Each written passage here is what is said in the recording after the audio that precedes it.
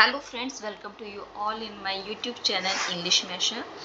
Last 2 slides में friends मैंने आपको फिगर ऑफ स्पीच को एक्सप्लेन किया था और आज की इस वीडियो में भी मैं फिगर ऑफ स्पीच को आगे कंटिन्यू करूँगी। आप एज यू नो दैट कि फिगर ऑफ स्पीच एक लंबा टॉपिक है, तो इसलिए मैंने थोड़ा थोड़ा करके उसकी वीडियोस बनाई हैं। तो चलते हैं फिगर ऑफ स्पीच के नेक्स्ट कुछ पार्ट्स को लेकर। तो आज आपका पहला पार्ट है ट्रांसफर्ड एपिथेट। Transfer epithet. तो एपिथेट, ट्रांसफर एपिथेट को सबसे पहले इस टर्म को मैं आपको क्लैरिफाई करना चाहती हूँ। एपिथेट का मतलब होता है एडजेक्टिव। एपिथेट का मतलब होता है एडजेक्टिव, और एडजेक्टिव आपको पता ही है, qualifying words which is describing to the noun, यानी कि जो नाउन को डिस्क्राइब करते हैं, they are put before the noun, और वो नाउन से पहले यूज होते हैं। ठीक है। और ट्रांसफर का मतलब हो गया कि हमने उसको किसी अनदर नाउन में ट्रांसफर कर दिया, यानी कि सेंटेंस में कोई अनदर नाउन है, हमने उसको जब हम डिस्क्राइब कर रहे हैं तो वो आपका हो जाता है ट्रांसफर्ड एपिथेट। मैं आपको डेफिनेशन के थ्रू एक्सप्लेन करती हूँ।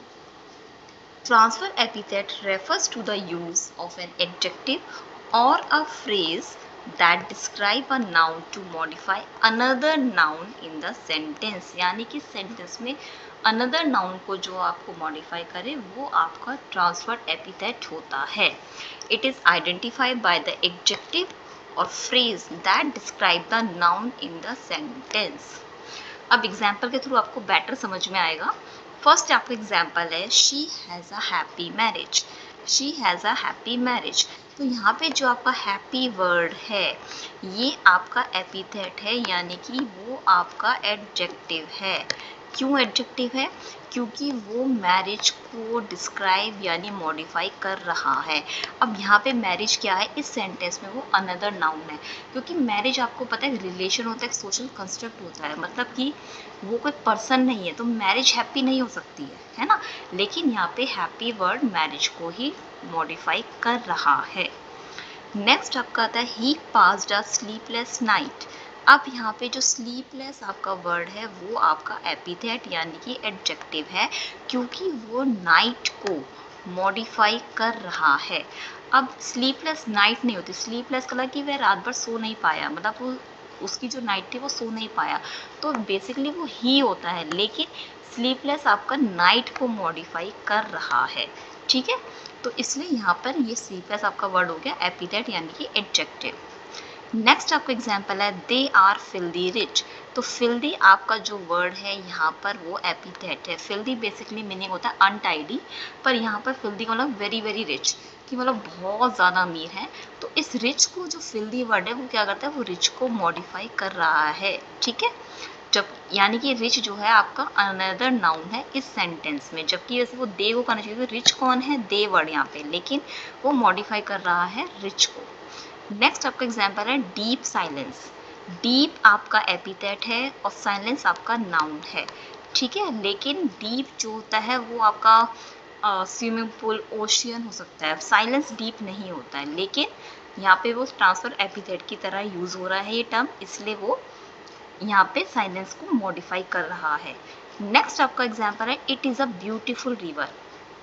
अब जो ब्यूटीफुल वर्ड है वो आपका क्या है यहाँ पे, एपिथेट यानी एडजेक्टिव, जो किसको मॉडिफाई कर रहा है, रिवर को। जबकि हमें पता है कि रिवर ब्यूटीफुल नहीं होती है। River can be shallow, river can be deep, it can be dirty, है ना। बट आपको पता है हमारे लिटरेचर में हमारे पोइट्स ने अपनी पोइट्री में beautiful river, beautiful plants, mountains, hills, इन सबको ब्यूटीफुल वर्ड्स बहुत यूज़ करा है। तो यानी आपको पोइट्री में ट्रांसफर एपिथेट फिगर स्पीच बहुत ज़्यादा मिलती है। ठीक है। तो आई होप आपको ट्रांसफर एपिथेट आपको अच्छे से समझ में आ गया होगा। नेक्स्ट चलते हैं हम पन। तो पन आपकी फिगर स्पीच क्या है, that includes a play of words that have more than one meaning, यानी कि जिसके एक से ज़्यादा मीनिंग है। एक से ज़्यादा मीनिंग है and those that sound alike, और जिनके साउंड भी सेम सेम है ना। बेसिकली दे प्रोड्यूस लुडिकस इफेक्ट्स, यानी कि वेरी सिली रिडिकुलस इफेक्ट्स को वो जो प्रोड्यूस करते हैं वो आपके पन होते हैं, because they have more than one meaning, यानी कि उस मीनिंग से हमें हंसी भी, क्योंकि एक हंसी वाला माहौल वो क्रिएट हो जाता है क्योंकि उस वर्ड्स के मोर देन वन मीनिंग है, ठीक है, यानी कि डबल मीनिंग। अब एग्जाम्पल के थ्रू मैं आपको समझाती हूँ। When two orthopedists started a new surgery, it was a joint operation. अब यहाँ पे जो आपका ये joint word है, ये joint word आपका क्या है? पन। क्यों? क्योंकि joint word have more than one meaning. How? I will explain you.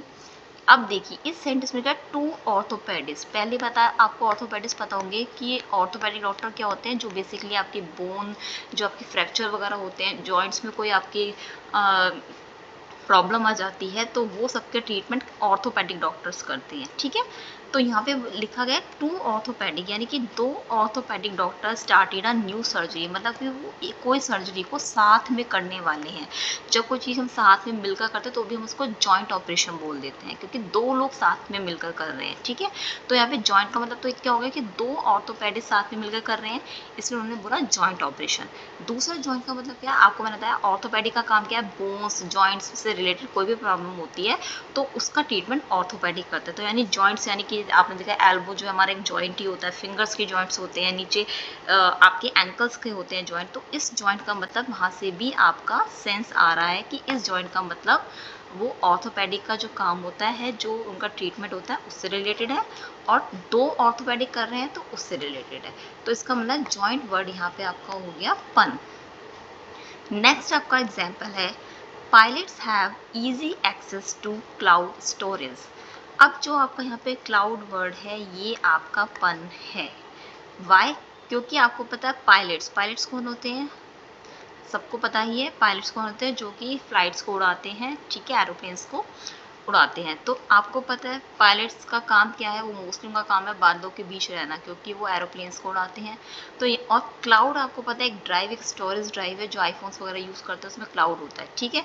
तो यानी कि यहाँ पे क्लाउड का मतलब हो गया स्टोरेज डिवाइस की भी बात हो गई, और दूसरा पायलट्स के लिए क्यों बोला गया, क्योंकि वो उनका काम क्या है, क्लाउड्स के बीच में रहना, क्योंकि फ्लाइट्स एरोप्लेन को वो उड़ाते हैं। तो उनका कहने का मतलब होता है कि पायलट्स के पास एक तो बहुत ही ईजी एक्सेस है क्लाउड्स का, क्योंकि उनके पास स्टोरेज की कभी कमी नहीं होगी। क्यों? क्योंकि वो तो बादलों के बीच में ही रहते हैं। तो कहने का मतलब यहाँ पे एक हंसी वाली चीज़ क्या होगी कि पायलट्स के पास तो कभी स्टोरेज की कमी नहीं होने वाली, क्योंकि वो तो क्लाउड्स के बीच में रहते हैं, क्योंकि एरोप्लेन्स कहाँ उड़ते हैं, क्लाउड्स के बीच में, ठीक है। नेक्स्ट आपका आता है an ambassador who lives abroad for the good of his country. Ambassador आपको पता ही है एम्बेसडर कौन होते हैं, जो मतलब किसी प्रोडक्ट या किसी चीज़ के एम्बेसडर बना देते हैं फॉर एड शूटिंग्स वगैरह होती हैं, तो आपने देखा है, ठीक है। तो यहाँ पे क्या है कि मोस्टली जो एम्बेसडर होते हैं वो अब्रॉड रहते हैं, ठीक है, वो for the good of his country, मतलब जो हमारे देश के लिए अच्छा है। मतलब ये एक तरह से हास्य वाली बात हो गई कि एम्बेसडर मतलब हु लिव अब्रॉड, जो बाहर रहते हैं वो एम्बेसडर, और जो basically good of his country वो हमारे देश के लिए अच्छा है, ठीक है। तो ये सेंटेंस आपके पन के थे। आई होप आपको पन फिगर स्पीच क्लियर हो गई होगी। नेक्स्ट चलते हैं अब हम लाइटोटीज। Litotes are a statement that use a double negative to bring out a positive meaning. Negative expression is made to suggest a strong affirmative sense. यानी कि लाइटोटीज क्या है कि जो स्टेटमेंट जिसमें आपका नेगेटिव मीनिंग हो, यानी नॉट, नो, इस तरह के वर्ड्स आपको यूज़ होते हैं, लेकिन they bring out a positive यानी कि एफर्मेटिव सेंस, यानी कि बट जो उसकी थॉट, जो सेंस है वो उनका पॉजिटिव होता है। बेशक वो सेंटेंस में नेगेटिव होता है, नॉट होता है, नो होता है, लेकिन जो थॉट होती है, जो उनका सेंस होता है वो आपका स्ट्रॉन्गली पॉजिटिव यानी कि एफर्मेटिव सेंस होता है। मैं आपको एग्जाम्पल के थ्रू बताती हूँ। He is not starving. Starving मतलब क्या होता है, भूख, भूखा, ठीक है। नॉट का वर्ड हमने यहाँ पे क्या लगा दिया, मतलब कि ही इज़ नॉट स्टार्विंग यानी कि वो भूखा नहीं मर रहा। तो आपको ये लग रहा है अरे नेगेटिव सेंस, नेगेटिव स्टेटमेंट है कि मैं भूखा तो नहीं मर रहा, लेकिन इसका मतलब क्या हो गया कि उसके पास खाने की कमी नहीं है, यानी कि उसके पास रोटी है उसको भूखा वो नहीं मर रहा, खाने की कमी नहीं है, तो ये पॉजिटिव सेंस हो गया। ठीक है। Next, Virat Kohli is not a ordinary batsman. यहाँ हम सोचेंगे नॉट अ ऑर्डिनरी बैट्समैन यानी ऑर्डिनरी नहीं है तो क्या स्पेशल है। ठीक है, विराट कोहली ऑब्वियसली कोई ऑर्डिनरी बैट्समैन तो है नहीं ना कि गली वली में खेलने वाला बैट्समैन, नो, स्पेशल बैट्समैन। ठीक है, आपको पता है उनके नाम कितने सारे रिकॉर्ड्स हैं। ठीक है, तो नेक्स्ट आपका एग्जाम्पल है I am not a little surprise, कि मैं थोड़ा सा भी सरप्राइज नहीं हुआ। इसका ना ये नहीं है मतलब कि मैं बहुत ज़्यादा सरप्राइज हुआ। यहाँ पे नॉट अ लिटिल सरप्राइज का मतलब क्या हो गया, पॉजिटिव सेंस है कि मैं थोड़ा नहीं बल्कि बहुत ज़्यादा सरप्राइज हुआ, यानी कि बहुत ज़्यादा खुश हुआ। सरप्राइज का ना ये नहीं कि हम बेसिकली नेगेटिव सेंस से चला गए, अरे यार हम तो सरप्राइज हो गए, नहीं, हम बहुत ज़्यादा खुशी वाला सरप्राइज भी होता है कि उसका कहने का इस सेंटेंस का मतलब है कि मैं बहुत ज़्यादा सरप्राइज हुआ, खुश हुआ। ठीक है, तो ये आपका हो गया लाइटोटीज। अब हम नेक्स्ट फिगर ऑफ स्पीच पे चलते हैं, which is hyperbole. Hyperbole a figure of speech that is an intentional exaggeration for emphasis और कॉमिक इफेक्ट्स। यानी कि हाइपरबली बेसिकली क्या होता है कि जब हम किसी भी बात को ना एक बड़ा चढ़ाकर या ओवर स्टेटमेंट है ना, for the making a great impression, मतलब कई बार क्या होता है हम अपना इंप्रेशन जमाने के लिए मतलब हम लोग छोटी सी बात को इतना बड़ा चढ़ाकर उसको इतना एक्सपेंड करके बताते हैं कि सामने वाला ना हमारी बातों से कन्विंस ही हो जाता है ना। आपने देखा कई बार हम बाजार में जाते हैं, छोटी सी चीज़ को इतना बड़ा चढ़ा के शॉपकीपर बोलता है कि आप लोग कन्विंस हो ही जाते हैं कि ले ही लेते हैं, इससे बेस्ट चीज़ हमें मिलेगी ही नहीं। क्यों करते हैं वैसा, ताकि उनका प्रोडक्ट सेल हो जाए। ठीक है, तो ये हाइपरबली का ही पार्ट है, क्योंकि हाइपरबली का क्या मतलब हो गया कि अपनी बातों को मिर्च मसाला लगाकर इस तरह से बताया जाए कि सामने वाला को सुनने में मज़ा आए और एक इम्प्रेशन सा बन जाए और उससे आपका फ़ायदा हो जाता है। ठीक है, एग्जाम्पल्स मैं आपको बताती हूँ। All the perfumes of Arabia will not Sutton this little hand.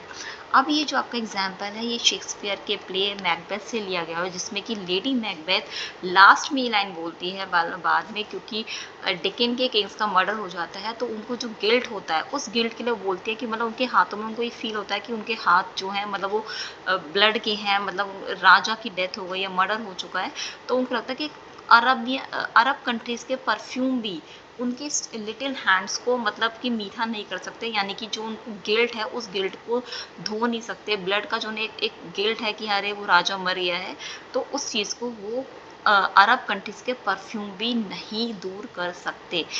कहने का सेंस क्यों, क्योंकि अरब कंट्रीज़ के perfume is the best perfume to the world, मतलब सारी दुनिया संसार में सबसे ज़्यादा अरब कंट्रीज़ के परफ्यूम्स फेमस हैं। ठीक है, next 10,000 I saw at a glance. अब ये जो आपका एग्जाम्पल है ये वर्ड्सवर्थ की पोएम का है डैफोडिल्स। तो यहाँ पे उन्होंने बोला कि I saw at a glance, यानी ग्लैंस का मतलब होता है कि जैसे आईज ब्लिंक करी, ओपन करी और आपको 10,000 डैफोडिल्स दिखाई दे गए एक बार में। तो ये आपको पता है ये वाली बात ओवर स्टेटमेंट है, एग्जैजरेशन है, क्योंकि इतना बड़ा चढ़ा के कि आईज एकदम ब्लिंक ब्लिंक करो तो आपको एकदम से 10,000 डैफोडिल्स नजर आए, इट कांट बी पॉसिबल, जो कि पॉसिबल नहीं है। तो इस तरह से हमने क्या बोला, इस बात को बड़ा चढ़ाकर मतलब बोला गया इस तरह से कि ये आपका एक हाइपरबली का एग्जाम्पल है। ठीक है, नेक्स्ट आता है if the river were dry I am able to fill it with tears. यानी कि अगर नदी सूख भी जाती है, नदियाँ सूख जाती हैं, तो मैं इतना कैपेबल हूँ, मैं एबल हूँ कि मैं उसे अपने आंसू से भर सकता हूँ। मतलब कहने का मतलब है कि मैं कोई इंसान इतना ज़्यादा दुखी है, अपसेट है, परेशान है कि उसको मतलब सिर्फ उसकी आंखों से आंसू निकले ही जा रहे हैं, निकले ही जा रहे हैं, इतने निकले जा रहे हैं, कहते हैं जैसे नदी बह रही है। तो उसका कहने का मतलब कि अगर नदी सूख भी जाए ना तो इस वक्त मैं इतना ज़्यादा परेशान और दुखी हूँ कि मेरे आंसुओं से मैं नदी को फिल कर सकता हूँ, जो कि आपका हाइपरबली है, क्योंकि हमें पता है कि ये बहुत ज़्यादा हो गया, आंसुओं से नदी को हम फिल नहीं कर सकते। ठीक है, ये सिर्फ कहने की बात होती है, लेकिन हम प्रैक्टिकली देखें तो ये चीज़ पॉसिबल नहीं है। तो ये आपका हाइपरबली है। जैसे आपको एक एग्जांपल भी आपने शायद हिंदी में सुना हो कि हनुमान जी की पूंछ में आग लग गई बट वो लंका को नहीं जला पाए, बट ये भी आपका हाइपरबली का एग्जांपल है, क्योंकि मतलब कि हनुमान जी की पूंछ में तो आग लगी नहीं लेकिन उन्होंने लंका को जला दिया, ऐसा नहीं है। हनुमान जी की पूंछ पे आग लगी थी तभी उन्होंने लंका को जलाया था, है ना। तो ये भी आपका एक हाइपरबली का एग्जाम्पल है। ठीक है, तो आई होप आप सभी को मेरी ये वीडियो पसंद आई होगी। अगर आपको मेरी वीडियो पसंद आई है तो प्लीज़ उसको लाइक करें और कमेंट बॉक्स में फीडबैक को लिखना ना भूलें। अगर आप कोई और भी टॉपिक चाहते हैं कि मैं आपके सामने उस टॉपिक को एक्सप्लेन करूँ, उसकी वीडियो लेकर आऊँ, तो वो भी आप मुझे कमेंट बॉक्स में लिखना ना भूलें। Okay guys, thank you for watching my video. Please subscribe my YouTube channel English Mashup. Till then, bye bye.